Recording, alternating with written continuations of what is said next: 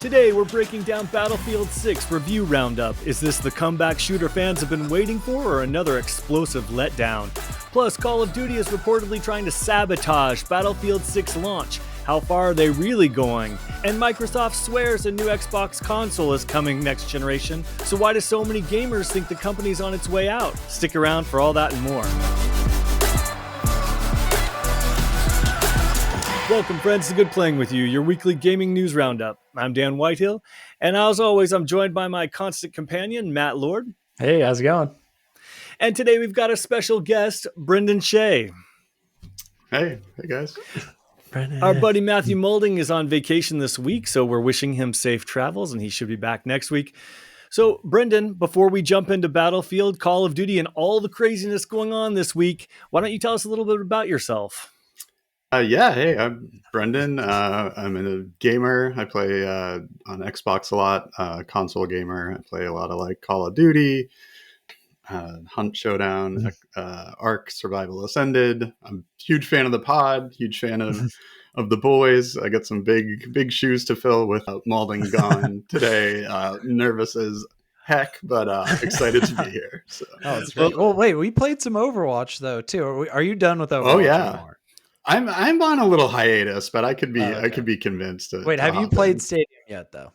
Because no, that's around the time. He's so into Stadium. He's so into Stadium. Stadium has been the game changer. It's good. They're giving Marvel Rivals a run for their money. So yeah, it's worth checking out. Yeah. I'm ready to play. Let's get Maulding. Let's get the crew. Let's go. Hopefully there's a Halloween event coming up, but we've got more on Halloween events in video games later on the show. First, we have to get to the headlines of the week. Oh, yeah. Now, before we do that, though, one quick note. We're 164 subs away from our goal, so if you're watching this on YouTube, be sure to hit that like and subscribe, and we would greatly appreciate it. All right, now with that out of the way, let's jump into the craziness that is this week. Battlefield 6 is finally here, and critics are calling it a full-on redemption arc for the series. It just dropped today, and it's already sitting at an 84 on Metacritic, so very respectable here. That is a massive comeback, actually, from Battlefield 2042, which launched back in 2021 with a brutal Metacritic score of 68. A few review quotes for you guys here, and then I want to talk about it. First off, Game Rant gave it a 90, saying Battlefield 6 is the most fun you will have with a Battlefield game in nearly a decade, and I can't wait to see where it goes from here. VGC gave it an 80, saying Battlefield 6 is exactly what fans wanted and what this game needed to be. The single player is fine, if largely tertiary, but the multiplayer shines. Extremely fun to play, rewarding, and full of excellent maps and modes. And Metro Game Central gave it a 70. They said it's a refined but unadventurous restart for the Battlefield series, which returns to the thrilling spectacle of the classic entries, even if it doesn't do very much new. So it looks like Battlefield 6 is back in fighting shape. What do you guys think? Are you ready to enlist, or are you holding out for Call of Duty in November? I would play. I'm okay. So little story time. Linux right now does not support Battlefield 6. The anti-cheat does not work with it for it. So I'm just like, do I just hold off? Do I buy it on PS5? That's awesome. I mean, that would be cool, but I don't know. I'm so torn between Battlefield and Call of Duty, because I feel like right now my attention is still on Call of Duty. And like the reviews have said, the previous Battlefields have been not the best. So I'm just like, I think I'm just going to have to, I think I will probably have to jump into the Battlefield scene, because I have a feeling everyone's going to be playing this one and everyone's going to be swerving COD this time around. Interesting. Brendan Shea, what do you think? I mean, I really liked the trailer. I thought the trailer was awesome. I haven't played a Battlefield game in a really long time. I played a lot of Call of Duty, so I'm a little curious to to try it out. I've been a little spoiled with Game Pass and not paying full price for a game, so that's a little controversial. You canceled your Game Pass, right? I've been telling everyone you need to cancel Game Pass. You need to stick it to the man as of last week. Yeah. Oh my god. I jumped on that bandwagon. But yeah. So I don't know. I mean, I kind of feel like my military shooter itch is scratched with Call of Duty having a new season and all that. But I'm curious. I've always thought the destructible environments sounded like a cool dynamic to have. So I might check it out. Sure. Did either one of you try the beta for the multiplayer when it was out a couple months ago? Nope. Again, Linux anti-cheat screwed me over. I missed that. Now, and you're sure that this Linux anti-cheat isn't going to screw you over for Call of Duty? No, it'll probably screw me over there too. You know what? No, actually, I think it does. If I remember correctly, it does work.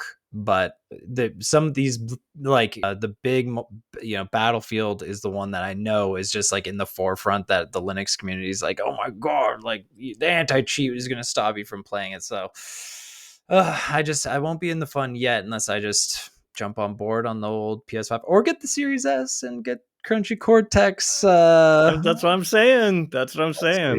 Yeah. Does it run on that though? I thought that was one of the big marketing. No, I thought that was like one of the big marketing pushes of the. Or maybe maybe it was support for the Xbox One and the the previous gen. But I think that was one of their marketing things for it. Was they're like, don't worry, we didn't have to support the last gen, and so we're unshackled. Yeah. Oh my. So that was like how they're different. One way they're trying to differentiate themselves. Well, that's probably for the best after all. But Dan, are you gonna play? What are you thinking? I'm not sure. So I love the look. I love the destruction. Touch the beta a little bit. I'm not wild about the multiplayer in Battlefield compared to Call of Duty. So if I had to pick, I would pick Call of Duty. But since this is one, it hasn't been out for a while. I don't know. Like, I'm actually really torn. So I really want to take kind of a week or two and see what my friends say. I want to hear about like the servers. I want to hear about cheaters. I want to hear kind of what everybody's saying before I really jump into this one. It was good that you mentioned cheaters, because I know there were issues even in the beta with cheaters. Yes. So it's like that seems to be like a problem they're gonna have to face up and make sure they tackle.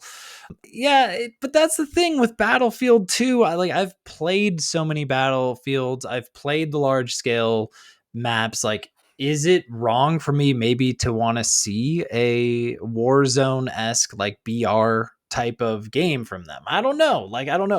Are Battlefield or Battle Royales run their course already? Like, Brendan, you're a huge Warzone fan. Tell them about it. Yeah, I mean, I think that's a legitimate game mode. I mean, look at like Fortnite and stuff like that. Like I think that would be a great rollout for them. Even like a little innovation of some sort, like a specific type, like a Battlefield style type of BR, I think it would be like a fresh take on something like that. But I don't know. I don't think they're going to do it. This is their signature. Well, one thing though that makes me kind of want to support them is the next story I want to tell you guys about and get your reaction to. It's the crazy shenanigans that Call of Duty is trying to pull on poor Battlefield to sabotage their launch, which is kind of bullshit if you ask me. But before we get there, and before you do ask me, let's go over the story, and then I want to hear what you have to say. Okay, so basically, Call of Duty must be feeling the heat here with Battlefield coming back on the scene after their hiatus. Because with Battlefield 6 launching today, Activision just smashed the red emergency button, basically making Call of Duty Black Ops 6 completely free for an entire week starting yesterday. So it's a pretty transparent move, basically, to steal Battlefield's thunder. You can play Black Ops 6 full campaign, you can play zombies and multiplayer all the way through October 16th, right in the middle of Battlefield's big launch window. And honestly, it just shows how worried Activision might be. Even though Black Ops 6 is almost a year old, it's still one of the top 5 best-selling games in the United States. So this isn't small. This is huge. They're making one of the top-selling games completely free to try and injure their competitor on their launch week. And according to Circana's data, only 1 in 4 Call of Duty players even plan to buy Battlefield 6. So I know Battlefield really wanted some big numbers. They had a big budget. There was a lot of hullabaloo during their development. It's finally out. And man, Call of Duty is trying to stick it to them. Do you think this is fine? This is just warfare on the video game field? Or is this kind of dick move? I think it's great. I love this sort of thing. Like this is the sort of sabotage we, why not? Like gloves are off. These are the two heavy hitters. Like offering something free is so genius in my mind. I feel like that's going to totally take the eyes off of the Battlefield 6 launch and totally bring players off and into the Call of Duty sphere. It's so great. I think it's awesome. I mean, whoever came up with that, like some marketing manager out there is totally high-fiving their boss right now because they're super stoked. And I think that's going to work up to a sense, even though I feel like the online chatter is very much pro Battlefield. So I guess we'll just have to keep an eye on those Steam numbers and see if it actually pays off. Agreed. Yeah, Shay? I mean, I think it's great, right? Like if two Titans want to fight it out, and then I get free stuff as a result of it, like absolutely, like all's fair in love and war, and like this is what make competitive market work. Is price competition, and so I'd love to see more of this. I'd love to see more studios and more diverse game offerings, so that there'd be more of this kind of thing happening where they're fighting over price and trying to get users. So I think it's a really healthy thing, and I'm all for it. Yeah. I can definitely understand that sentiment, and I want to enjoy it too. And I'm sure there are a lot of people that are going to be enjoying it, but I can't help but taking a step back and look at the bigger picture here. And this is what has me nervous because Microsoft just a couple of years ago told the FCC, "Hey, our merger with Blizzard Activision, we're not going to be, doing anything that's anti-competitive. We're going to make games more available for people. We're the good guys here. Please let us buy this whole industry and take everything over." And they, the FCC just kind of was like, yeah, whatever, go ahead and do it. So they did. And yes, to Microsoft's credit, they are they haven't like taken Call of Duty off, and they have made it available in more places. But all of a sudden, Microsoft is hiking up Game Pass, which we will talk about a little bit more in a minute. But they're hiking up prices, making it harder to get into gaming more than ever. And then they're pulling a dick move to their competitor who hasn't been in the competitive scene in a while, and then they are using their leverage to do something really big. They're the big guys here, basically. And I know EA is huge too, don't get me wrong. But in comparison level here, Microsoft really is big. And I don't think that they had to do this.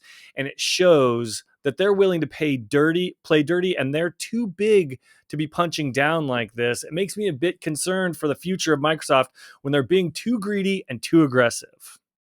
See, I disagree. I'd rather, because to me, otherwise, to me, it's collusion. It's like market, you know what I mean? Like companies agreeing to keep prices artificially high. Like I don't want to see that. I'd rather.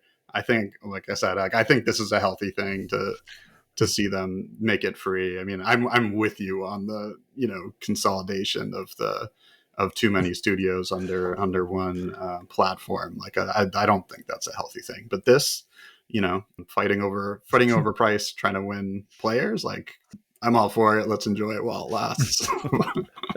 I don't know. I guess I just think back to like when they're classy, and like Phil Spencer would congratulate PlayStation when they would launch a big game or when they launch their console, and vice versa, and they just kind of play in this classy way, just knowing that they're pushing the industry forward. And I'm not used to this sort of tactic. I think it is interesting. It is fun. It's a huge win for gamers, but where will it end up? I think it is it's got to make the Battlefield studio really nervous, because going into this, they had a huge budget of $400 million to develop this thing, and they wanted to reach 100 million players. That was something that we had talked about on the podcast about 6 months ago, and we thought it was crazy then. Lord, what do you think, that they have any shot of this?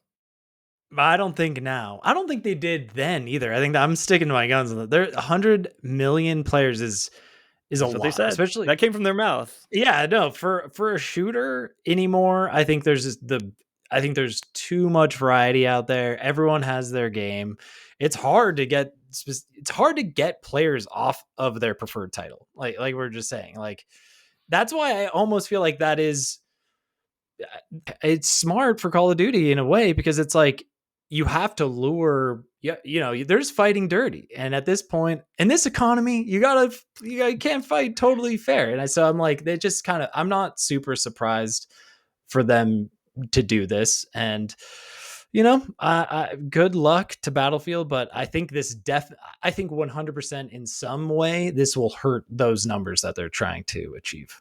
All right. Well, things aren't always looking rosy for Call of Duty because, Lord, you have a story for us about their numbers recently. Yeah. So we're going to have to throw it back to the Call of Duty. So Call of Duty lost 300 million in sales due to Game Pass. And this is from GameSpot's Blair Marnell. So according to Bloomberg, a former Microsoft employee disclosed that Call of Duty console and PC sales were $300 million lower in 2024 than they were in 2023. As previously disclosed, 82% of all Black Ops 6 sales came from PlayStation consoles. So, and this is also a side note that I pulled on my, by my on my own little reporting. So Call of Duty Black Ops 3, that game alone earned an estimated of $2.5 billion.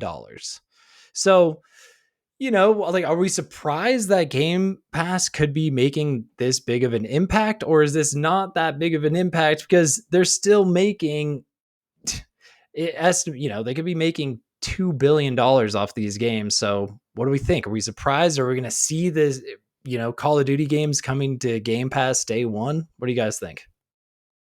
I absolutely think so. Yeah. I mean, and I think it's a little bit misleading to say that it cost them 300 million. Like, I mean, he's talking about and it's a former Microsoft employee too, so we have to take this with a grain of salt. Like, might have had a bone to pick here.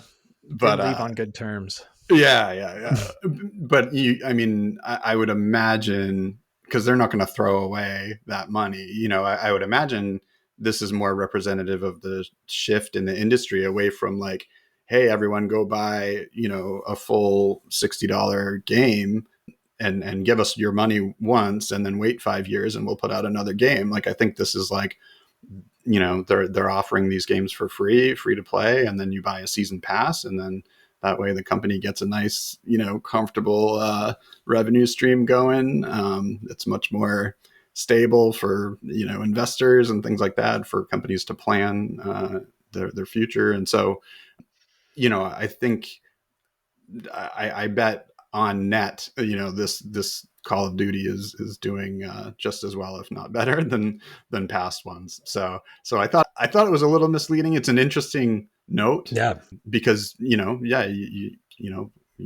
are losing that revenue stream of the buying the full game. But for sure, yeah, I think it's definitely the Game Pass effect.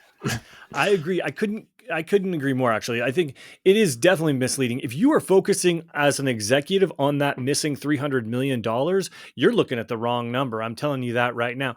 Look, if the last game sold, like you said, 2.5 billion and they only are missing 300 million, then they are clearly winners here. That's ridiculous that they're only missing that much amount. And you know what? They're not even missing that much. They're just amortizing it over the several months that people are going to be playing this on Game Pass. And on top of that, you've got probably more people playing on Game Pass. So you're going to make even more money on all of the cosmetics and everything that these people are going to be buying. Look, if 300 million, it does sound bad at first, but when you think of where the additional revenue is going to be coming in, kind of like Brendan was saying, that is chump change to them. And I guarantee you they're taking it all the way to the bank. But I can also see what's really going now on with Game Pass. And I'm still angry at Game Pass. I still think every one of our listeners out there needs to cancel Game Pass. Even if you're enjoying it, go month to month, bank some months, do whatever you want, but you got to cancel it now, because we have to stick it to the man, and they need to be told, because clearly they're making money here, hand over fist. But what this 50% increase is in Game Pass, it's clearly the Call of Duty tax. I am now subsidizing the bros and people out there who only play this game. And if they're looking at this game to be like the market leader and the main revenue driver for Game Pass, and they didn't see it, so now I have to pay more for it, that is complete and total bullshit. And one other thing I would like to note is I would like to see a side by side between, okay, they lost maybe 300 million, but then yeah, we need to see the Game Pass sales next Yep. to it, and I'm sure those are. I'm gonna. I would assume they're going to be over $300 million. So they recouped the money, like we were saying. So I think, just yeah, and I definitely think next year the bros are hounding for the Game Pass Call of Duty. So we're definitely going to be seeing this come back around. Oh wait, are they doing year to year still Call of Duties? They are, right? Yeah, we're gonna have 7 It's out not. soon. Yeah, that's what I thought. So yeah, it's like holy. November. So buckle up. We got another Call of Duty heading your way, and they might take another $300 million hit. But Well, because now they're trying to pull all the money out of Game Pass now. I know. So we'll see. I cannot believe that. Yeah, cancel Game I Pass. agree. Yeah. So actually moving on to our next subject, though, Microsoft has been so greedy and had done so many anti-consumer things. So this latest Call of Duty move really shouldn't be a huge surprise, but they've been so shitty to us gamers lately. It started a rumor last weekend that they weren't even going to stay in the game. Now, to be honest with you, on our last podcast, we did say, like, what the hell is going on here? Is Microsoft going out? Is this a fire sale? Are they leaving? So I don't blame gamers for actually starting that rumor that it was really happening, but apparently Microsoft had to respond to it. And Brendan, you had this story. Yeah. So this was according to an article from Zach Zweisen at Kotaku. It's time to pump the brakes on those rumors that Microsoft is ditching its next-gen console plans. A bit of panic started online after some folks noticed that a small perk for Game Pass subscribers, 10% discount on Call of Duty points, had disappeared. This led to a whole wave of speculation that Microsoft was getting ready to exit the console game entirely. However, Microsoft has since clarified the situation, saying that the discounts removal was just part of a routine global price adjustment of Call of Duty points to ensure consistent pricing across platforms. While it's clear that Xbox is navigating some challenges with its overall strategy and the value proposition of Game Pass, this recent scare seems to be just a misunderstanding.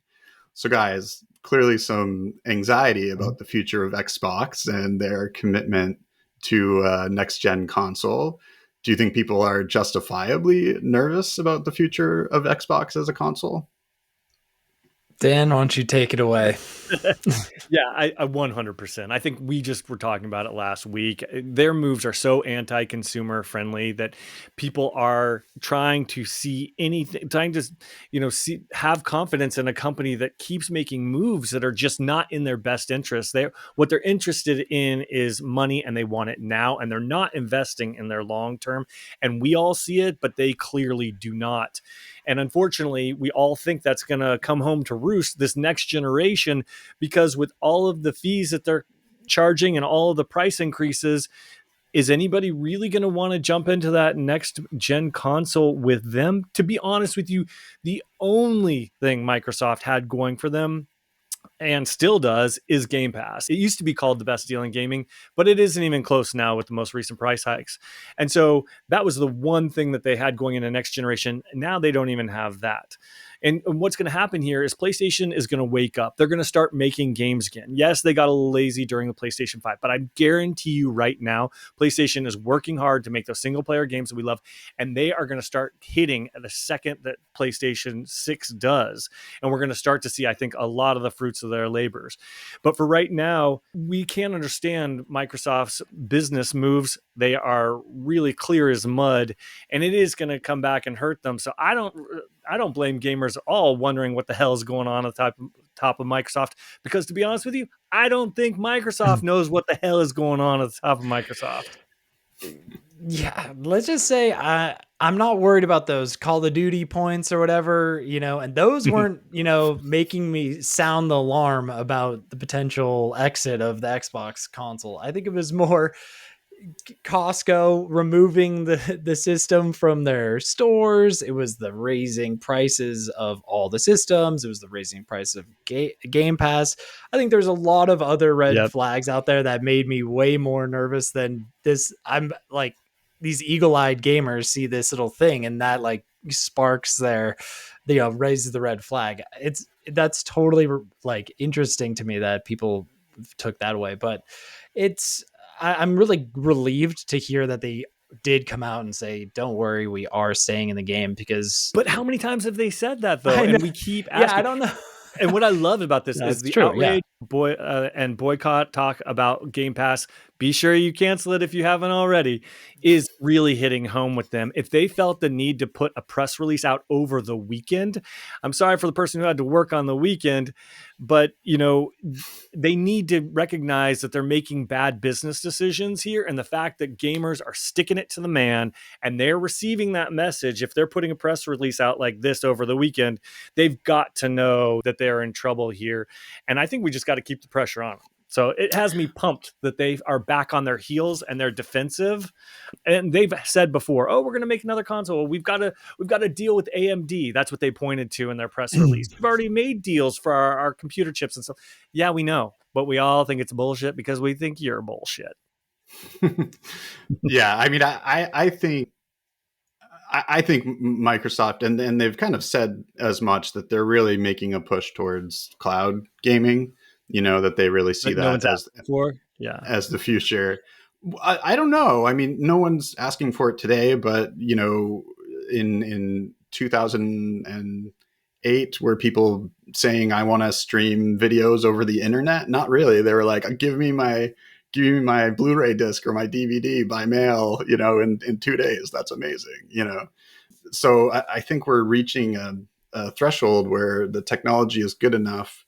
It's not good enough today, but it's getting there where you can support these games running most of it remotely and so you can stream games. And so do you want to be in the game of building these big complex consoles that are expensive to make, expensive to ship, and you get tariff out of nowhere, and when you could just be, let's just give you the product online and without all those barriers to entry that the console provides. I just think that I tend to agree that with Phil Spencer, that I think like cloud gaming is where things are going, and I think this is just them, that they're going to slowly move closer. Maybe there's one more generation of Xbox that's kind of like a Amazon Fire Stick or something, where you can it helps you connect to the Xbox service. But I think that's the good old days of the console are sadly numbered, I Lord, think. you've got to be chomping at the bit here because you're Mr. Physical Media Lover. How do you respond to this? Well, I was gonna say I bought my Fire Stick Xbox controller combo for Prime Day a couple days ago, so I'm all set to game, boys. Like, But I'm I back thought in the.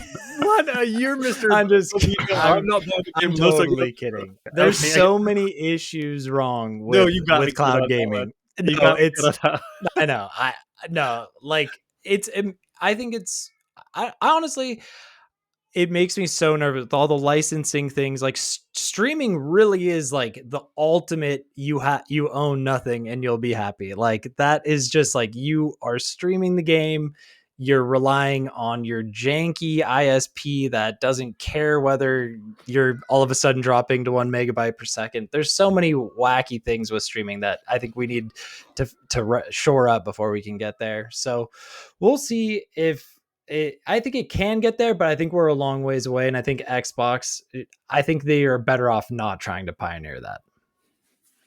Yeah, it'll be interesting. I think that you and I definitely say that, but then I hear younger generations saying we're fine with buying digital games. You don't need it physical, Gramps. And I think maybe even the generation down the line from them Oh, could yeah. be aligned more with Brendan, I fear, which is like, I don't even need to download it. I can just play on my phone or something crazy like that. So, Yeah, I mean, I oy. think with what we're seeing with Game Pass, where you're just shifting away. It's a subscription now. Like it's the game, the product you're buying is access to a service versus like a physical set of stored data on something that you on a physical disk that you own. And I'm with you guys to an extent on the ownership aspect of it. I mean, it is nice to own something and know you have the rights to. I found out whatever a couple months ago that Xbox got rid of their movies and TV service, and I had been like buying movies I like on there because I'm like, well, I'm on Xbox all the time. This seems like a good idea. And now it's like it's not supported. I can still watch that stuff and whatever, but I'm like, well, how For long is now. that going to last? Because I know that'll go Yeah. away eventually. So And I Yeah. did see, like, there's been a couple, I think even Silent Hill had the little disclaimer saying, you're buying the license to this game. And when you see that stuff, you're just like, that makes me so nervous. Like, if they're telling you that, there's I don't know. It's just like, I feel like there's going to be a big disappearance of a lot of digital games, and it's going to Oh, for come to a sure. big surprise for a lot of people, Yeah. which is scary. But I will say though, on the other side of that though, right? Like with a game where you own the game, right? Like you're exchanging money, you're give me this game, like you're receiving an exact game. That game cannot be updated. There can not be new additions onto it. It is just like you're getting what you get that day that you buy it. We're in a world now where they can constantly release new content and constantly have games stay fresh and expand and build on themselves and improve and get better. And like, I don't know, if you ask me, like that's a trade-off I'm willing to take, for physical media. But No, that's true. But then I guess but then you might have nothing as opposed to at least having the base game. It's like, which one would you want? I guess I'd still want the 1.0 version of the game. It's really, yeah, it's a tough one. I don't know. It's all tough one to navigate. I agree. The future is crazy. And you guys got to hear this because we have to talk about it. The future is about to get even crazier. Basically, Elon Musk had some big words this week. Essentially, he was promising an AI made video game would be coming soon. Essentially, he said his AI company, XAI, will release a quote unquote great AI generated video game by the end of 2026, built entirely by his chatbot, Grok.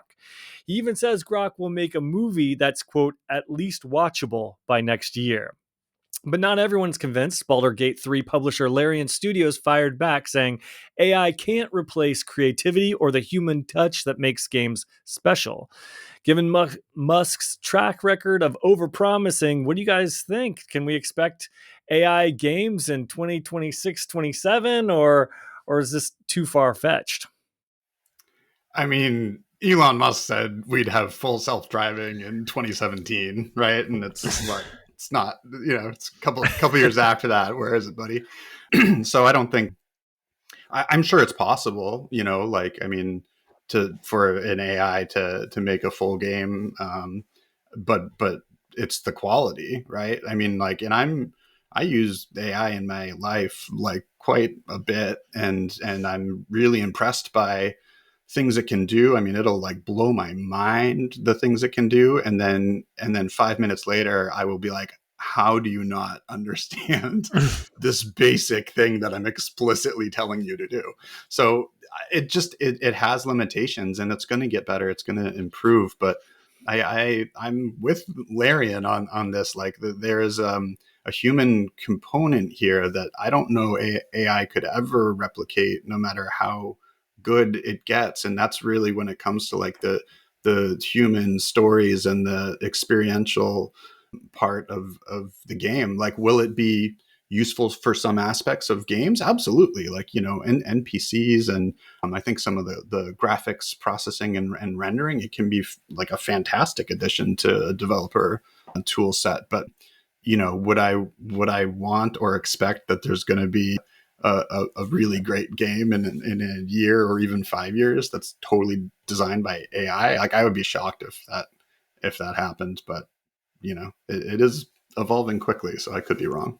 Yeah, I want to say like I'm just totally rooting against AI, but I totally see it being possible. Like the stuff that you can see, like when AI is working, Brendan, that you've nailed it. It's like when AI is working, it's insane the output that, and I think they're getting to a point where they're getting like closer, like good outputs than the negative ones. So I think this is something that is totally achievable.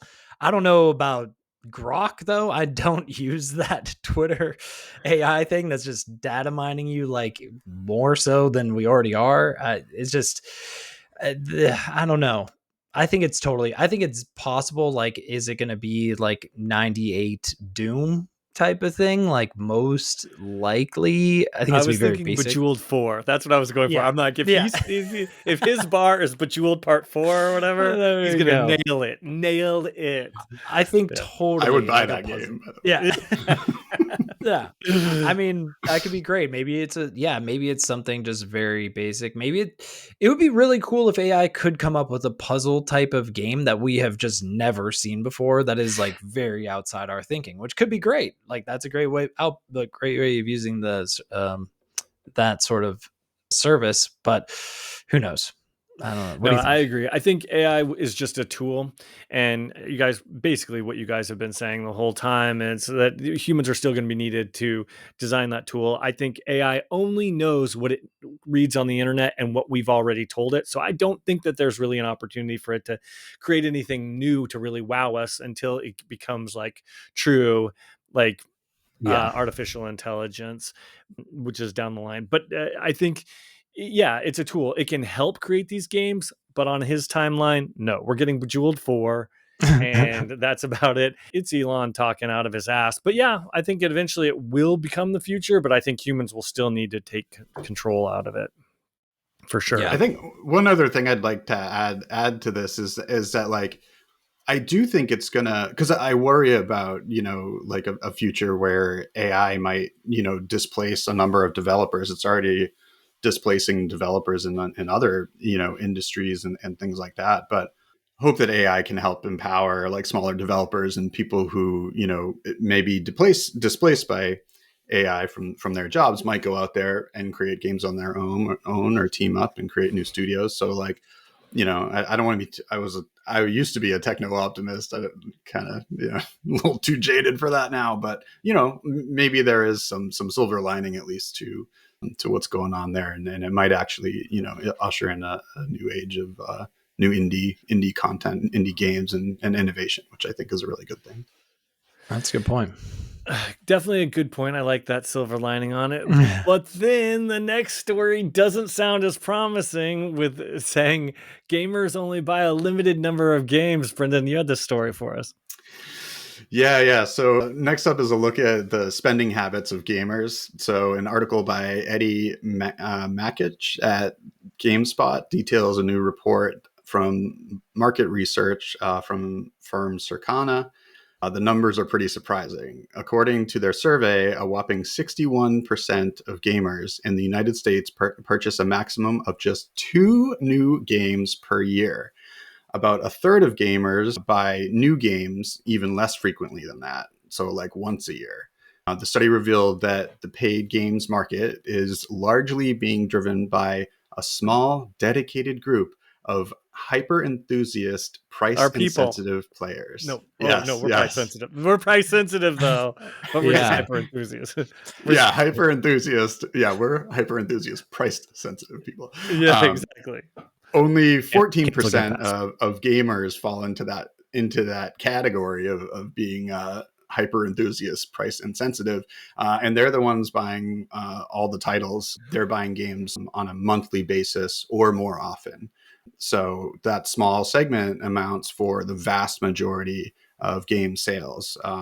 This trend could have significant implications for how developers and publishers approach the market in the future. So what do you guys think about that? Does it surprise you that so few players are driving the majority of the sales? And what do you think it means about the health of the industry overall? Yeah, I mean, that's insane. When I saw when I saw this stat, I could not believe that players were only buying 2 games like a And I can year. tell you right now, they're Madden and they're Call of Duty. That's it. Yes. And that is incredible to me. I mean, they must be PlayStation 5 owners because there's no games to buy for that system. There's really no, if you're playing video games, I feel like you got to be buying like, man, you could be buying a game a month, really. Like, you could be, that's, I feel like kind of a normal cadence if you, like not big titles by any means, but there's some indie games that you might want to pick up, games that are on sale. And then of course, this is the bigger titles that are dropping that you're just like, I'll just, kind of spend some money. I'll treat myself over here. So yeah, maybe I'm just, because I thought it was a lot more than this. This study just like blew my mind. So maybe I'm just with the gamers too much, where I just feel like people are buying games. You're in too deep, Yeah, bro. You're in too deep. I'm too deep after reading that. I was like, I need to wake up. I need to go touch some grass here. No, I agree with you. My problem with these sorts of stories is always who they define as a gamer. Anytime they say, oh, a gamer is someone who actively plays any piece of software, and even if it's on their phone, well, then I'm like, great. My mom plays Bejeweled 3. She'd love Bejeweled 4, by the way, Elon. So my mom plays Bejeweled, or she used to, on her phone all the time. Does she count as a gamer in their survey? Well, I think she kind of does. So their surveys are a little too wide for my taste. And I think we only really care about the hardcore. And yes, unfortunately, we know that there are bros out there who just play Madden and Call of Duty, but those aren't the ones that I think really drive this sort of thing. I think if anything, this survey kind of explains why Microsoft raised the price, because they're like, look, we're just going to cater to that 14%. And it does indicate where gaming is going, if only that it's going to become a class system. There will be the haves and the have-nots. There will be 2 tiers of gamers here. There are the ones that can afford everything, and then there are the ones that have to wait for the sales and what comes later and that sort of thing. And I see that class system widening with the way that these prices are going up. So that's what really has me concerned when we look at these numbers and the future. The Yeah, the bingo card did not have gaming classes system going on. That's a shocker to me. Okay. Look, I couldn't afford video games anymore, so I had to start my own podcast so that I could get them. That's really what's going on here. I'm going to be candid with you. I'm going to put it all out there. I'm with you. yeah. I mean, I think I agree with you, Dan. Like, I think that, having that small group of people who are price insensitive, driving the sales, like, it makes sense to me now. Like, I used to go into like the Diablo 4 store or like the Overwatch store, and I'm like, who is paying $20 for that skin? And it's what's their phone number, or are they hot and hyper single? enthusiasts? Right. But I mean, it's tough because like the price points of those things were just crazy to me, and I had always kind of expected, I guess they must have played around with the price point and determined that that's where their maximum profit is. But I think that just reveals what's there is what you're talking about, Dan. It's like you just have a few people who have the kind of disposable income needed to be able to make those kinds of purchases on a regular basis. And I think the other part of this too is like we're talking about game sales again, right? And like in this world of Game Pass, like, well, you're not selling games anymore. So, I think that may play into this as well. I noticed it didn't really say like, digital purchases or anything. It was about like game sales. So I think Game Pass is that's been like the through line of this episode, it seems like. But it's That's what Because I'm struck kind me of about it. obsessed and everyone needs to cancel it. But yes, I agree. Agreed. A 50% price hike. I'm with F you. them.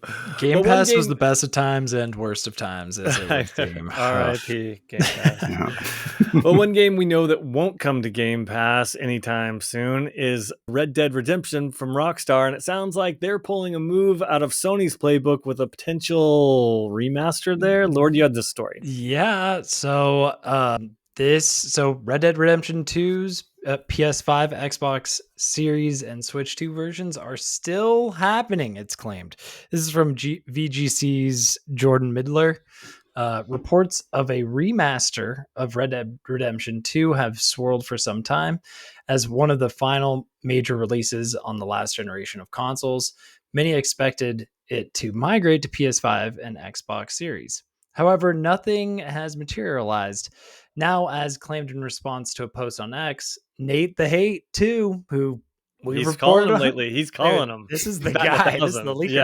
Yeah. Who has a record of reporting information about video games before official announcements, has said that the much desired ports of the games exist. He says, and this is a response to some fellow on X. Yes, they exist. I have no update on timing of release. So, are we shaking in our cowboy boots with excitement for this remake, or is this something better left in the dust? Fuck this game. Like, I didn't even like the first version. Unless they're going to fix that horrible ass control scheme, fuck Red Dead Redemption 2. That is seriously one of the most unfun and overhyped games I've ever played. I can't even with this one. So no, F it. Oh my god. You knew you putting that. You knew it. it triggered me I when you was put like, this on I'm the gonna schedule. I'm You about knew to I was going to spiral go down. crazy. Yeah. Spiraling him right now. Yeah. I knew it. Okay, I you saw got it. me. I am triggered. You got me. Yeah, I you am should have put a triggered. trigger warning on that. Yeah. one. Yeah, I think so for sure. Because fuck this game. It's so overhyped. That's bullshit. People just saying they like it, and they didn't even finish it. And I 100%ed it, and I can tell you it's trash. But everyone's like, "Oh, it's so good. It's so cool." I'm like, "You bullshit. I didn't even play it." Oh, Brendan, how are you? I mean, I played it. I didn't finish it. I got like distracted by other things, but a remaster would pull me back in, and I'd give it another shot because I thought it was a beautiful game. My problem was once I figured out that you could hunt in the game was so beautiful that I would just ride off on my little horsey and go shoot squirrels and moose and whatever the heck else and try to get like the white pelts and stuff. Like, but I could spend hours. Like I was because the game was so slow, you had to spend hours. No, I chose that. I chose that life, Dan. Yeah, I wanted it slower. I wasn't a city slicker like you. You know. No, I mean the slow ass controls, movement, drawer opening. The fact that there are 3 meters for the horse, like the 3 stamina meter. Oh, you know what? You can take your. My horse needed more meters. There was more going on with my horse than just. It needed like mood. Yeah. No, those tiny meters are criminal. Like the tiny little circles that they had bottom left. I was just like, what are they thinking with those? I can barely see that. So this, I'm not like. I mean, I think I've got my fill of Red Dead Redemption 2, but I have been playing the first one on the Steam Deck because I got the remaster for that one. I'm really looking for a more improved remaster because this remaster that they came out was basically just like a. Tell me about the first one though. Like that was my favorite game of all time. Is so good, isn't it? The writing in that game is so good. The fight, just the. Not even when you're in like what is it? Just like trigger eye, whatever the little like dead eye. That is like, I mean, that's fun, but just you doing like the regular shooting in that game feels so good. You don't have to do the dead eye all the time. Everything is just, it just works so well and looks so cool. And John Marston is 1,000 times better. He's such a cool than guy. Arthur Morgan. Arthur Morgan is just like, he's cool in a weird, like, slow, of mice and men type of things. Yeah.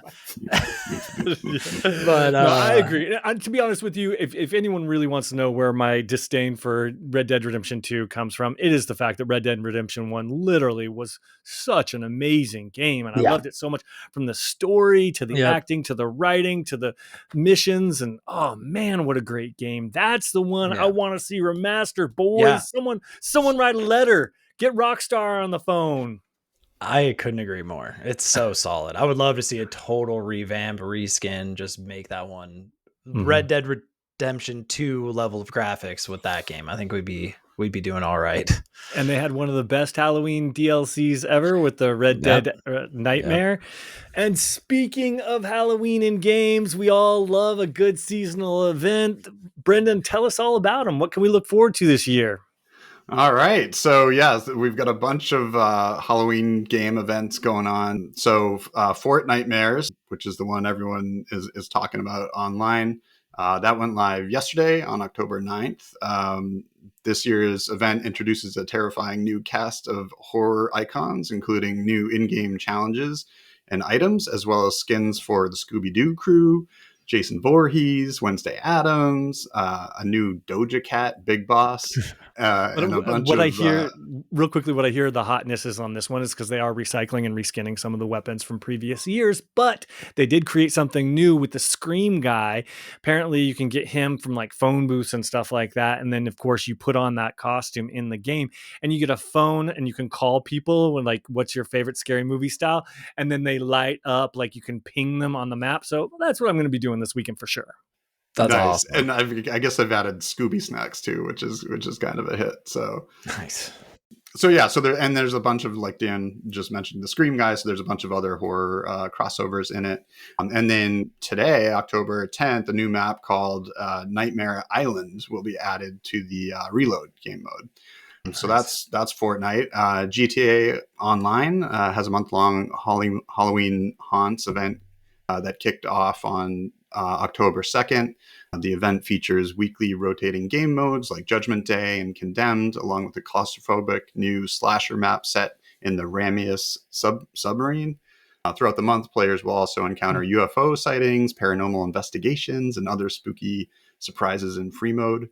Call of Duty Season 6, The Haunting, launched on October 9th for Black Ops 6 and Warzone. The update adds 4 new multiplayer maps: Rig, Gravity, Mothball, and a Halloween-themed version of Nuketown called Boo Town.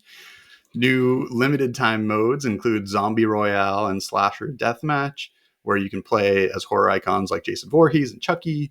The seasonal battle pass features a crossover with the Predator franchise. And then just a few other notable Halloween events in games. So Apex Legends has the Fight or Fright event that began on October 7th. Dead by Daylight has the Haunted by Daylight event that starts on October 18th. Destiny 2 has the Festival of the Lost beginning October 21st. Overwatch 2 has their annual Halloween Terror event that's expected to start October 14th. Rainbow Six Siege has Doctor's Curse on October 16th. Dan, I know I'll find you in Red Dead Online for the Halloween event, which started on the 7th. And then Rocket League, the Haunted Hollows event is expected to start around October 23rd. So which games are you guys going to play? Which events are you fired up for? Well, I have to say real quickly, the only thing scary about Red Dead Online is its control scheme. So that is too spooky for my blood, gentlemen. I think I'm out on that one. The one I'm really waiting for, and I was looking on all of the gossip sites and stuff like that to try and get a date, is the add-on or the horror Halloween stuff for Borderlands 4. I'm still making sweet, sweet love to that game on the weekends. I'm ready for the spooky times in Borderlands 4, and I don't have a date for that one yet, but I'm sure as hell gonna play the shit out of that when I get a chance to. I would also like to have an honorable mention for anyone, any Super Mario Maker 2 fans out there. Oh yeah, you go on there and you find the spooky levels that people create, and they create a lot of them. And we've done, I think, last year we did a whole, what do we do, an article We did Good an Playing With You? article on Yeah. goodplayingwithyou.com. We Yep. should update that article. We Maybe should. okay. Next week we will follow up on the Mario Yeah. Maker stuff, and if we can find and update Some the article, levels. we'll republish it. Yeah, great call. Because the levels that these people come up with in Mario Maker are so cool. Like it really, I never knew about it. I learned of this like 4 years ago, and it is just so cool. Like it really is a fun time to see what these people create in the community there. But besides that, I'll definitely check out Overwatch, even though I would like them to start it a little earlier. I think the 14th is like too late. Like Right? we want it like, make it October 2nd, like GTA. I just think the 14th is really, it's like a short little window. But by the end of the month, then you're just kind of like out of it. Then it's Christmas time or whatever. So that's my gripe, but I'll be in there. And Brendan, what are you playing? Well, I'm with Lord. I wish these things started a little earlier. Like I'm buying candy corn September 30th. You know what I mean? So, Yeah. I mean, I like the Arc Ascended. They just launched a new map called Vulgaro today. It's kind of like a remaster. So I might check that out. Their Fear Evolved event is always really cool. You can get skins for your dinosaur and all sorts of great like cosmetic items. And there's a fun like boss that roams the world Nice. and can be summoned and stuff. And so they have great events in there. And then I will be playing a bunch of Call of Duty. My buddy Max is coming to visit, so we're gonna shoot a bunch of dudes and unlock a bunch of skins and stuff like that. So that's always it's like a little LAN party. That sounds like fun. Well, that pretty much wraps up everything we have this week. If you're listening on a podcast, please make sure you're subscribed. And if you're watching on YouTube, please like and subscribe and tell 164 friends. And on behalf of Matt Lord, Brendan Shea, and myself, Dan Whitehill, thanks for joining us. And as always, good playing with you. Good playing with you. Good playing.